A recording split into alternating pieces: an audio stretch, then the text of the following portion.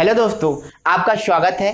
दोस्तों, आज की वीडियो में हम क्लास 12th केमिस्ट्री में एक इम्पोर्टेंट एंड महा इम्पोर्टेंट क्वेश्चन करने वाले हैं, जो है हमारा क्लोरीन द्वारा हुआ विरंजन स्थायी होता है, जबकि सल्फर डाइऑक्साइड SO2 द्वारा हुआ विरंजन अस्थायी होता है, क्यों?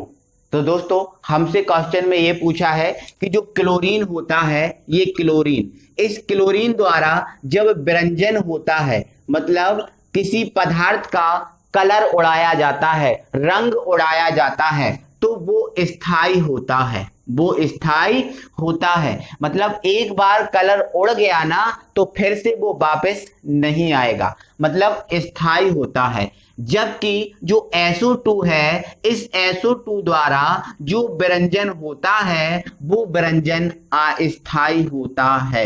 मतलब अगर एक बार से कलर उड़ गया तो ये कलर फिर से वापस आ जाएगा, अस्थायी होता है।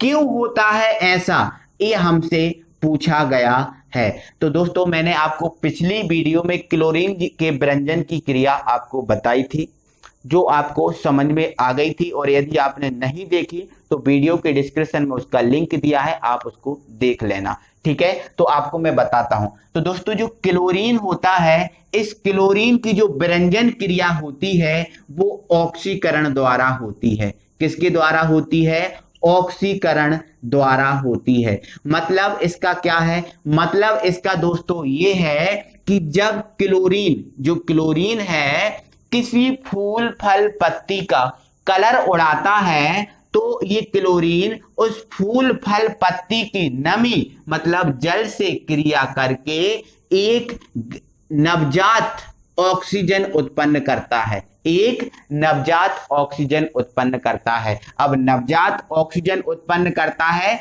मतलब इसमें ऑक्सीकरण प्रक्रिया होती है। मतलब इसमें कौन सी प्रक्रिया होती है? ऑक्सीकरण प्रक्रिया होती है।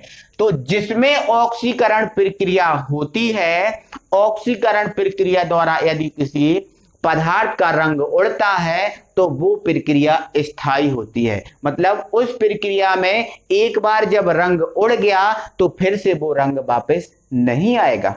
लेकिन जब ये SO2 द्वारा रंग उड़ाया जाता है, जब ये SO2 द्वारा रंग उड़ाया जाता है, तो ये SO2 क्या करता है? जिस पदार्थ का रंग उड़ाता है, उस पदार्थ की नमी से क्रिया करके, उस पदार्थ की नमी से क्रिया करके, यहां से देखो, अब SO2 इस नमी से क्रिया करेगा तो ये उत्पन्न करता है H2SO4 और नवजात हाइड्रोजन। नवजात हाइड्रोजन मतलब हम ऐसा कहें कि जो SO2 द्वारा विरंजन की क्रिया होती है, वो अपचयन क्रिया द्वारा होती है। किसके क्रिया द्वारा?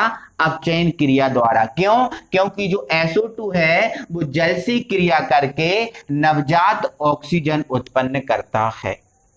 अब ये नवजात ऑक्सीजन उत्पन्न कर दिया। अब इस नवजात ऑक्सीजन के कारण यदि नवजात हाइड्रोजन उत्पन्न कर दिया, और जब नवजात हाइड्रोजन के कारण कोई रंग उड़ता है, तो वो रंग होता है अस्थायी, क्योंकि वो रंग है ना, फिर से वापस हो जाता है। इसलिए दोस्तों, ये इसके द्वारा जो हुआ विरंजन होता है वो अस्थायी होता है, और क्लोरीन द्वारा विरंजन हुआ अस्थायी होता है। आइए हम इसको अब और अच्छे से समझते हैं।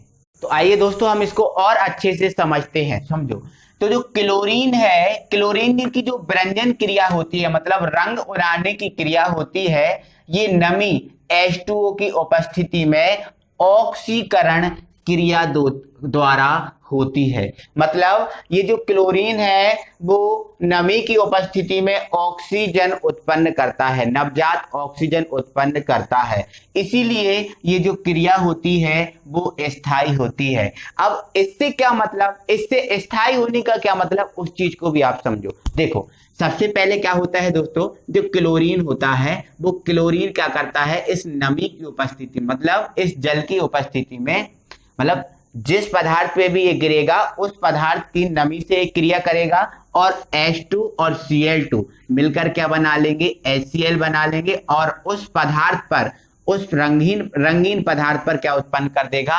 नवजात ऑक्सीजन उत्पन्न कर देगा। क्लियर है? अब आगे क्या होगा कि जो नवजात ऑक्सीजन है, ये नवजात ऑक्सीजन उस रंगीन पदार्थ से क्रिया करेगा, उस रंगीन पदार्थ से क्रिया करके उस पदार्थ को कैसा कर देगा? रंगहीन कर देगा। कैसा कर देगा? रंगहीन कर देगा। अब समझ में आपको आया? रंगहीन कर दिया।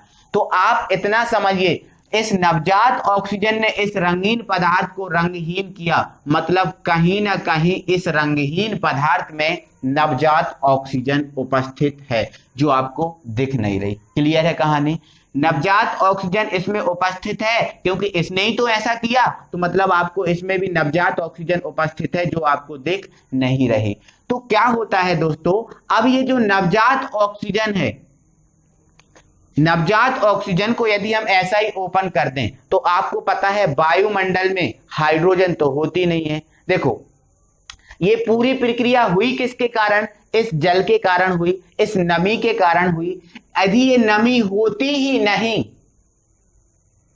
तो रंग उड़ता ही नहीं, क्योंकि जब नमी नहीं होती तो ये नवजात ऑक्सीजन नहीं उत्पन्न होता, और जब नवजात ऑक्सीजन नहीं उत्पन्न होता तो रंगीन पदार्थ रंगीन नहीं होता। तो सीधी सी बात, पूरी जड़ क्या है? इस जल की। अगर ये जल फिर से वापस आ जाता है तो हमें जो रंगहीन पदार्थ हुआ है वो रंगीन फिर से हो जाएगा। समझ में आपको आ रहा है? ठीक है। तो वही चीज मैं बताने की कोशिश कर रहा हूं कि देखो, ये रंगीन पदार्थ है, इसमें कहीं ना कहीं नवजात ऑक्सीजन है, जो आपको दिख नहीं रहा।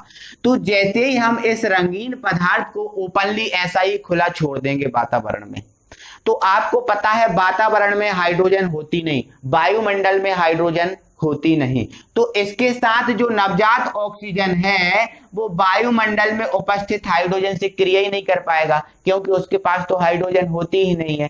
तो अब फिर से वो क्रिया नहीं कर पाएगा, तो आपको फिर से नमी जो है वो नहीं मिल पाएगी। जब फिर से नमी नहीं मिल पाएगी तो जो इसके द्वारा जो हुआ विरंजन होता है, रंग उड़ाया जाता है, वो कैसा होता है? स्थायी होता है। मतलब एक बार रंग उड़ गया तो उड़ गया।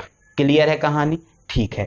जबकि जो SO2 होता है, इसकी जो विरंजन क्रिया होती है वो अपचयन द्वारा होती है ना? जो वायुमंडल मतलब अपचयन क्रिया द्वारा होती है। देखो आप समझो, है ना? देखो, जैसे मान के चलो जो SO2 है, SO2 जिस पदार्थ पे गिरेगा सबसे पहले उस पदार्थ की नमी से क्रिया करेगा। किससे क्रिया करेगा? नमी से क्रिया करेगा। तो इसको संतुलित करने के लिए हम यहाँ 2 लगा देते हैं, ठीक है? तो नमी से क्रिया करके ये क्या उत्पन्न कर देगा? नमी से क्रिया करके ये उत्पन्न कर देगा H2SO4। क्या उत्पन्न करेगा? H2SO4 उत्पन्न कर देगा।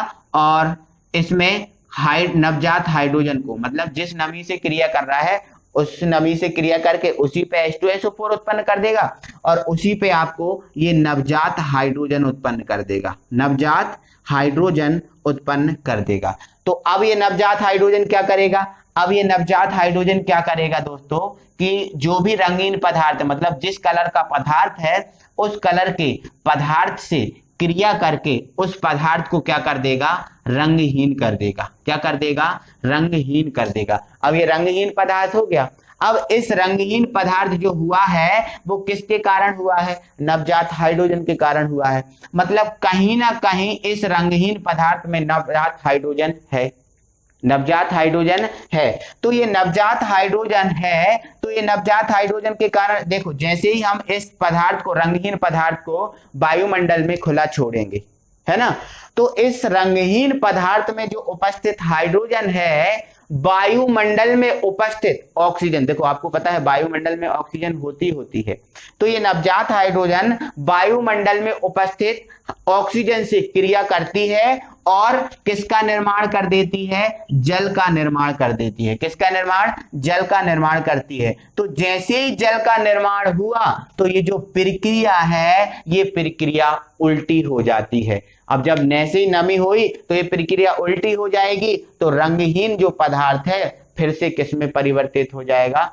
रंगीन पदार्थ में परिवर्तित हो जाएगा। ठीक है, कोई दिक्कत नहीं होगी। तो दोस्तों इसको बैलेंस करना है तो यहाँ पर हमें 2 लगाना पड़ेगा। ठीक है, कोई दिक्कत नहीं होगी। तो आई होप दोस्तों कि आपको ये चीजें समझ में आई होंगी। ठीक है, तो देखो अपचयन द्वारा होती है, जो वायुमंडलीय ऑक्सीजन से क्रिया करके पुनः रंगीन हो जाती है ना। पुनः कैसी हो जाती है? रंगीन हो जाती है। मतलब क्या होगा कि जो रंगहीन पदार्थ हुआ है, ये रंगहीन पदार्थ है ना, इसमें क्या होगी? नवजात हाइड्रोजन। तो ये जो रंगहीन पदार्थ है, रंगहीन पदार्थ क्या होगा? जो वायुमंडल में उपस्थित ऑक्सीजन है उससे क्रिया करेगा, मतलब इसमें नवजात हाइड्रोजन होगा, तो वो आपस में क्रिया करके क्या उत्पन्न करेंगे? नमी उत्पन्न करेंगे, और नमी के कारण वो पदार्थ कैसा हो जाएगा? फिर से रंगीन हो जाता है। तो इस प्रकार से दोस्तों इसका जो कलर है वो फिर से आ जाता है, इसलिए जो इसके द्वारा हुआ विरंजन होता है वो कैसा होता है? अस्थायी होता है। तो दोस्तों ये आपको मैंने बहुत ज्यादा समझा दिया है, लेकिन आपको एग्जाम में बिल्कुल सटीक थ्योरी जो यहाँ पर लिखी है वही लिखना है। क्लोरीन की विरंजन की क्रिया नमी की उपस्थिति में ऑक्सीकरण क्रिया द्वारा होती है, अतः अस्थायी होती है। ये रिएक्शन, इसके बाद ये थ्योरी, ये रिएक्शन, इतना आपको एग्जाम में बस लिखना है। तो आई होप दोस्तों कि आपको समझ में आया होगा, अच्छा लगा होगा। तो दोस्तों आप वीडियो को लाइक कीजिए, अभी तक आपने चैनल को सब्सक्राइब नहीं किया तो प्लीज चैनल को सब्सक्राइब करके बेल आइकन को जरूर ऑन करें। अगली वीडियो में हम फिर मिलते हैं, तब तक के लिए थैंक यू वेरी मच।